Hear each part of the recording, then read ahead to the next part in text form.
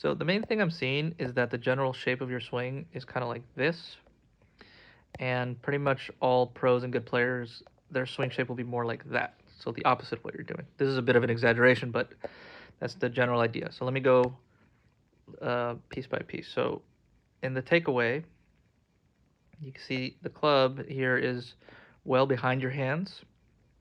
Most professionals and good players will have the club in the vicinity of the hands, usually a little bit in front, but definitely not, way back here.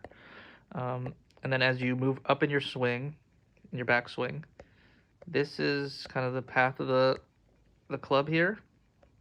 And you'll see on the way down,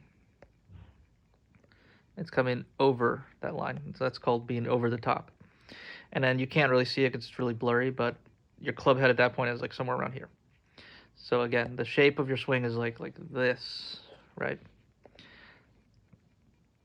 So I'm going to compare you here to Justin Rose, and you'll see on the takeaway, the club right there with the hands.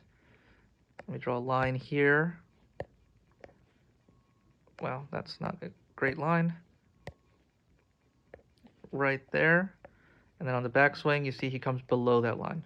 So at or below it, I mean, it depends if they're hitting fades or draws and things like that, but generally speaking, that's what you see from pros and high-level players. And so for you, I would start with the takeaway, right? Try to get the club here in the hands. And now the problem is you don't fix it by just moving the wrists, kind of bending the wrist that way, because your wrists actually need to go in the opposite direction. What you need to do is you move your arms away from your body, if that makes sense. So what happens is the club needs to kind of come back this way, and the way you do that is by lifting these arms kind of like this, if that makes sense. So your arms kind of away from your body. That'll promote the club coming more behind you and kind of getting a little more space here as well, which is good.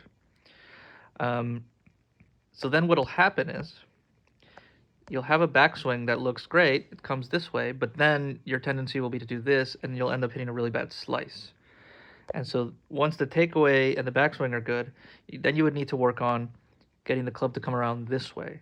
And the best ways I have found is, thinking about the club going backwards. So imagine there's a wall right here, and imagine the club needs to rub against that wall on the way back, if that makes sense.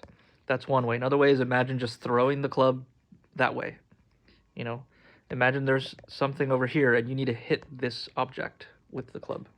Now, in reality, this would be an insane swing, but what'll actually happen is you'll feel like you're doing that, but you'll end up coming straight up and straight back, or maybe a little under or a little above, but it will be much better. Because right now, all the momentum in your swing is going forward, and you just need to imagine it going way back. And by imagining it going way back, it'll probably end up just being neutral.